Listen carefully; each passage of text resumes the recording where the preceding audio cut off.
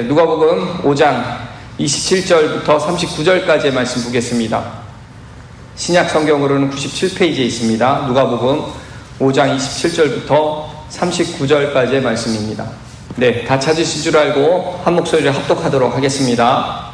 그 후에 예수께서 나가사 레위라 하는 세리가 세관에 앉아 있는 것을 보시고 나를 따르라 하시니 그가 모든 것을 버리고 일어나 따르니라. 레위가 예수를 위하여 자기 집에서 큰 잔치를 하니 세리와 다른 사람이 많이 함께 앉아 있는지라. 바리새인과 그들의 서기관들이 그 제자들을 비방하여 이르되 너희가 어찌하여 세리와 죄인과 함께 먹고 마시느냐. 예수께서 대답하여 이르시되 건강한 자에게는 의사가 쓸데없고 병든 자에게라야 쓸데있나니 내가 의인을 부르러 온 것이 아니요 죄인을 불러 회개시키러 왔노라. 그들이 예수께 말하되 요한의 제자는 자주 금식하며 기도하고 바리새인의 제자들도 또한 그리하되 당신의 제자들은 먹고 마시나이다. 예수께서 그들에게 이르시되 혼인집 손님들이 신랑과 함께 있을 때에 너희가 그 손님으로 금식하게 할 수 있느냐.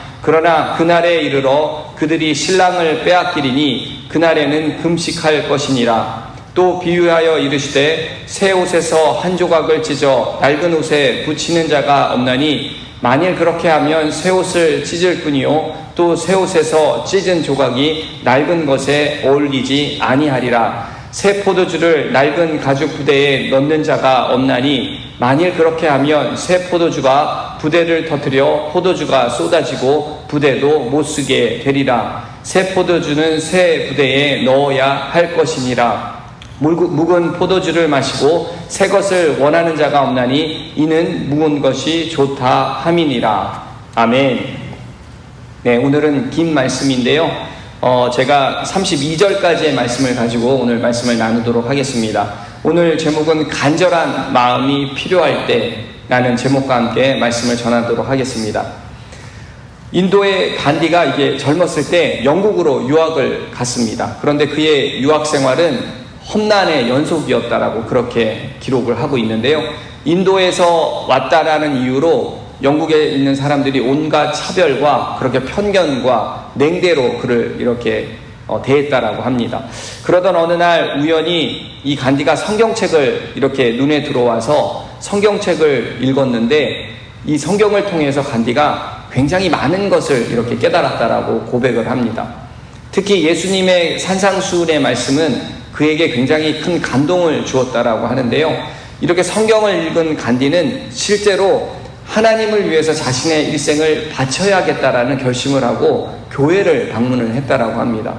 그러나 당시 인도는 영국의 식민지였기 때문에 영국 사람들은 인도 사람들을 그저 식민지의 한 사람으로 그렇게 생각을 하고 굉장히 룩다운하면서 이렇게 심하게 인종차별을 했다라고 그렇게 기록이 되어 있습니다.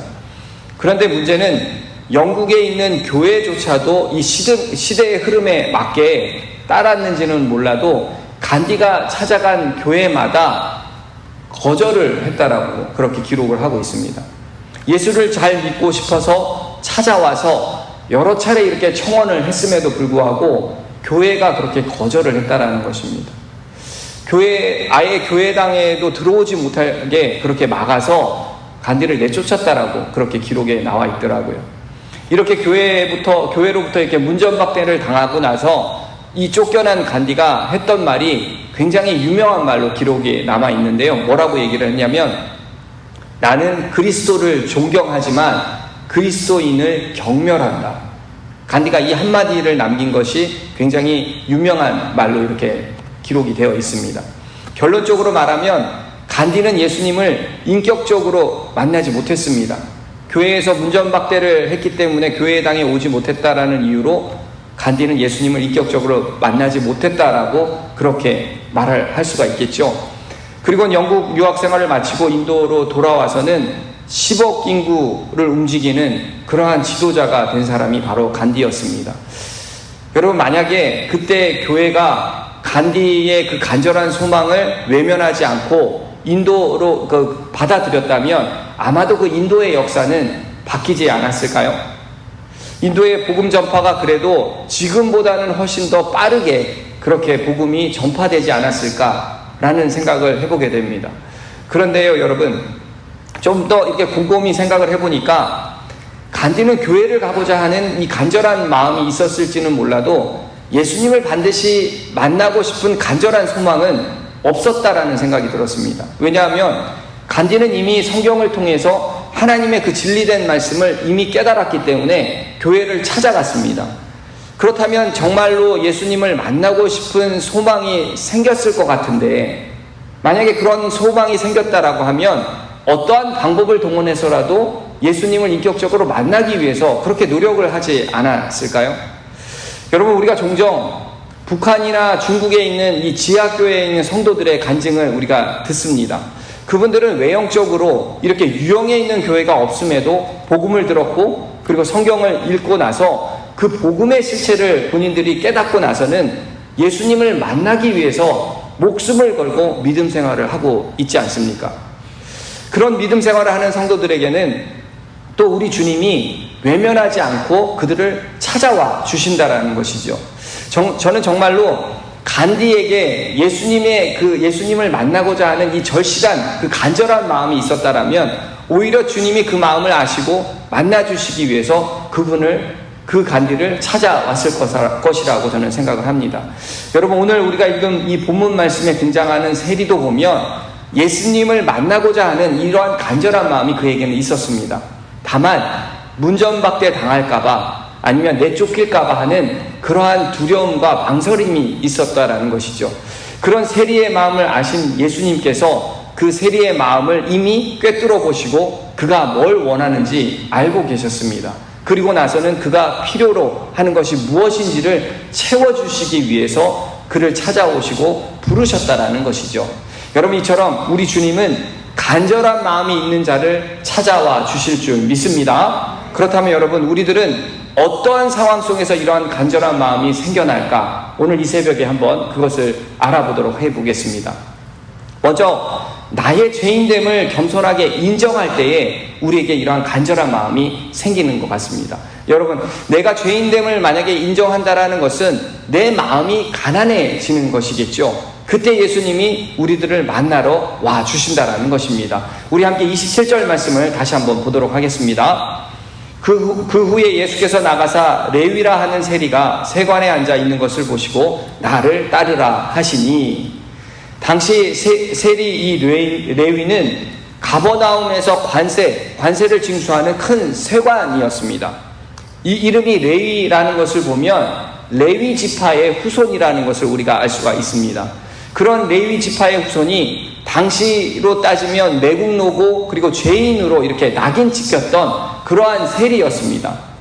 그런 세리를 예수님께서는 당신의 제자 마태로 부르셨다라는 것이죠. 사람들이 보기에는 합당치 않는 매국노이고 죄인이었음에도 예수님께서는 오히려 친히 그를 찾아와 주시고 부르셨다라는 것이죠. 그런데 여러분, 예수님께서 부른 사람이 어떤 사람이냐면 자신의 죄를 인정한 사람이었다라는 것입니다. 어제 우리가 말씀을 봤을 때 중풍병자의 이야기를 우리가 읽었습니다. 그렇죠? 그 중풍병자가 침상을 메고 지붕을 뚫어서 예수님께 나오게 했다라고 성경은 기록하고 있습니다. 예수님은 그런 자들을 책망하지 않으시고 먼저 뭐라고 말씀을 하셨습니까? 20절 말씀을 보면 그들의 믿음을 보시고 이르시되 이 사람아 내 죄사함을 받았다라고 그렇게 먼저 말씀을 하셨습니다. 그리고서는 이제 죄사함을 받았으니까 일어나서 침상을 가지고 집으로 돌아가라고 그렇게 말씀을 하셨죠. 예수님은 죄 용서를 가장 먼저라는 것을 아셨기 때문에 죄의 용서로부터 시작을 해서 그 이후에는 기적을 베풀어 주셨다라는 것입니다. 중풍병자의 죄를 용서받고 돌이키는 것을 알고 계셨기에 예수님께서는 그 아픈 부위를 치료해 주시고 그리고 기적을 그렇게 일으켜 주셨다라는 것입니다. 그리고 나서 지금 세리였던 마태를 예수님께서는 찾아와서 부르신다라고 그렇게 성경은 기록하고 있는데요. 당시 세리나 이 창기들은 죄인의 대명사였습니다. 당시 유대 지도자들은 세리와 창기들은 사마리아 사람들에게는 거짓말을 해도 죄가 없다라고 그렇게 사람들에게 가르칠 정도로 죄인에 대한 부분을 분명하게 말을 했다라는 것이죠. 마태는 그런 사실을 너무도 잘 알고 있었기 때문에 스스로 본인이 죄인이라는 것을 인정을 했었습니다. 누가복음 18장 13절 말씀을 보니까 세리는 멀리 서서 감히 눈을 들어 하늘을 쳐다보지도 못하고 다만 가슴을 치며 이르되 하나님이여 불쌍히 여기소서 나는 죄인이로소이다, 이렇게 말을 했었습니다. 이처럼 예수님은 죄를 애통해하고 뉘우치는 사람, 자신이 스스로 의롭다고 여기는 그 바리새인과 같은 사람을 부르는 것이 아니라 스스로 자신의 죄를 인정하는 사람을 부르신다라는 것입니다. 또 죄를 인정하지만 스스로 죄를 돌이킬 수 없는 사람은 예수님이 직접 찾아와 주셔서 구원의 손길을 그렇게 내주신다라는 사실이죠. 그렇게 성도 여러분, 나의 죄인됨을 우리가 먼저 고백해야 한다라는 것입니다. 그래야 우리 마음에 간절함이 생길 수가 있다라는 것이죠. 예수님께서 산상수훈에서 애통하는 자에게 복이 있다라고 말씀하셨던 것도 보면 내 자신이 죄인됨을 깨닫고 회개할 때에 예수님이 우리들을 친히 찾아와 주신다라는 것입니다. 그리고 궁극적인 복의 축복인 이 천국이 우리에게 임한다라고 예수님은 분명하게 그렇게 말씀을 하셨다라는 것이죠. 그렇기 때문에 간절한 마음이 첫째로 우리 마음 가운데 있어야 되려면 먼저 우리가 죄인됨을 우리 스스로 인정할 때 그렇게 생겨난다라는 것입니다. 그리고 두 번째로는 새로 거듭난다라는 확신이 있을 때에 우리에게 간절한 마음이 표출이 된다라는 것인데요. 28절 말씀을 보면 그가 모든 것을 버리고 일어나 따르니라. 마태는 과거부터 지금까지 오로지 돈을 벌어야 한다라는 그 한 가지 욕망 때문에 동족들에게 온갖 멸시와 그리고 모욕을 받았음에도 견디며 버틸 수가 있었습니다. 하지만 그의 내면을 우리가 들여다보면 깨끗하지 못한 돈, 그리고 떳떳하지 못한 직업, 하나님에 대한 그 죄책감 등 때문에 어쩌면 심한 갈등과 괴로움으로 이렇게 가득 차 있었을지도 모르겠습니다. 그런 마태를 예수님께서는 부르시자 그는 생업과 가진 모든 것을 미련 없이 남겨두고 예수님을 따랐습니다. 예수님을 따르는 순간 그는 더 이상 자신의 그 인생의 가치를 재물에 우선을 두지 않았고 예수님께 고정을 시켰다라는 것이죠. 오로지 주님의 말씀, 나를 따르라, 이 말에 망설임 없이 결단하고 모든 것을 다 버리고 주님을 따랐다라는 것입니다. 그가 가진 모든 소유를 다 버릴 수 있었던 것은 내가 지금 주님을 따르면 정말로 새로 거듭난다라는 그런 확신이 있었기 때문에 가능했다라는 것이죠. 여러분, 이는 부자 청년의 비유와 상당히 대조되는 대목입니다. 마태복음 20장 21절 22절 말씀을 보면 부자 청년이 소유를 팔아서 가난한 자에게 나눠주라는 그 예수님의 말씀을 듣고는 그는 재물이 많아서 근심하다가 주님을 떠났다라고 그렇게 기록하고 있습니다. 이 부자 청년은 자신의 소유를 가난한 사람들에게 이렇게 나눠주는 것이 자기가 갖고 있는 것을 빼앗긴다라고 생각을 했지, 그로 인해서 자신이 거듭난다라는 생각을 전혀 하지 못했다라는 것이죠.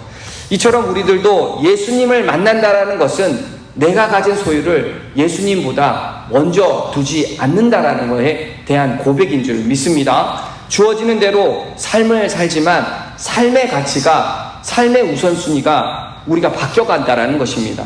우리가 살면서 가치를 바꿀 때에 우리의 삶이 그렇게 변화가 된다라는 것이, 우리가 그 말씀 가지고 살아가야 된다는 것이죠.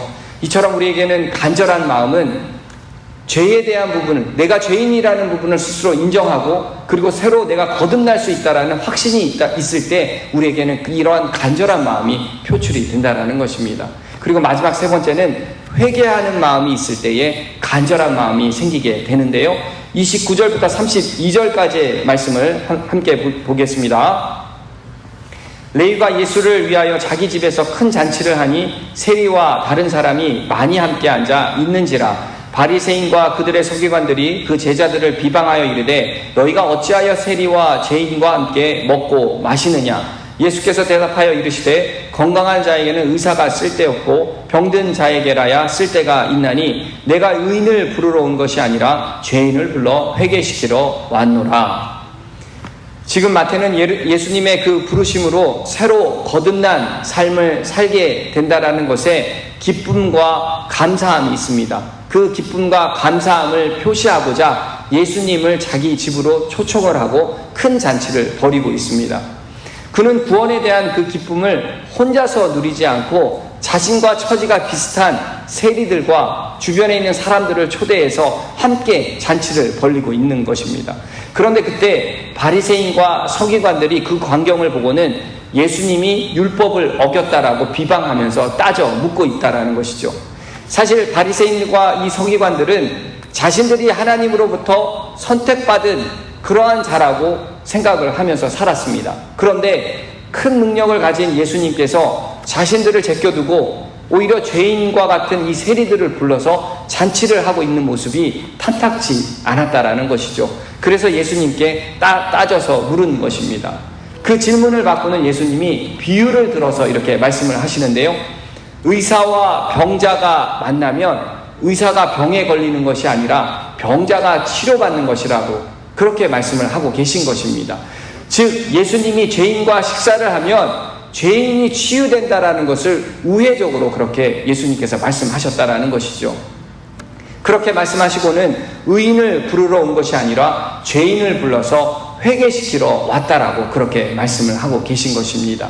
사실 죄인을 불러서 회개시키신다라는 이 말씀은 마음의 병을 고쳐주게 하시겠다라는 것입니다. 자신의 죄를 인식하고 그리고 회개하고 죄인된 그 마음을 고쳐주셔서 새롭게 만들어 주시겠다라고 그렇게 예수님께서 말씀을 하고 계신 것이죠.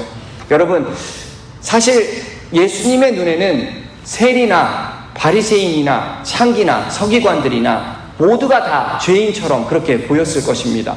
바리새인들과 서기관들이 외형적으로 그렇게 율법을 지키고 죄를 짓지 않는 사람들처럼 살아가면서 그렇게 보인다 할지라도 그들의 생활과 그들의 의식을 자세히 관찰을 해보면 다른 사람보다 죄를 더 지었으면 지었지 덜 짓지는 않았다라는 것이죠. 오히려 하나님의 율법을 자기들의 그 유익에 맞게 제멋대로 해석하고 재단하고 백성들의 그 돈을 뜯어내기 위해서 불의한 규례까지도 그들 스스로 만들었다라는 것입니다.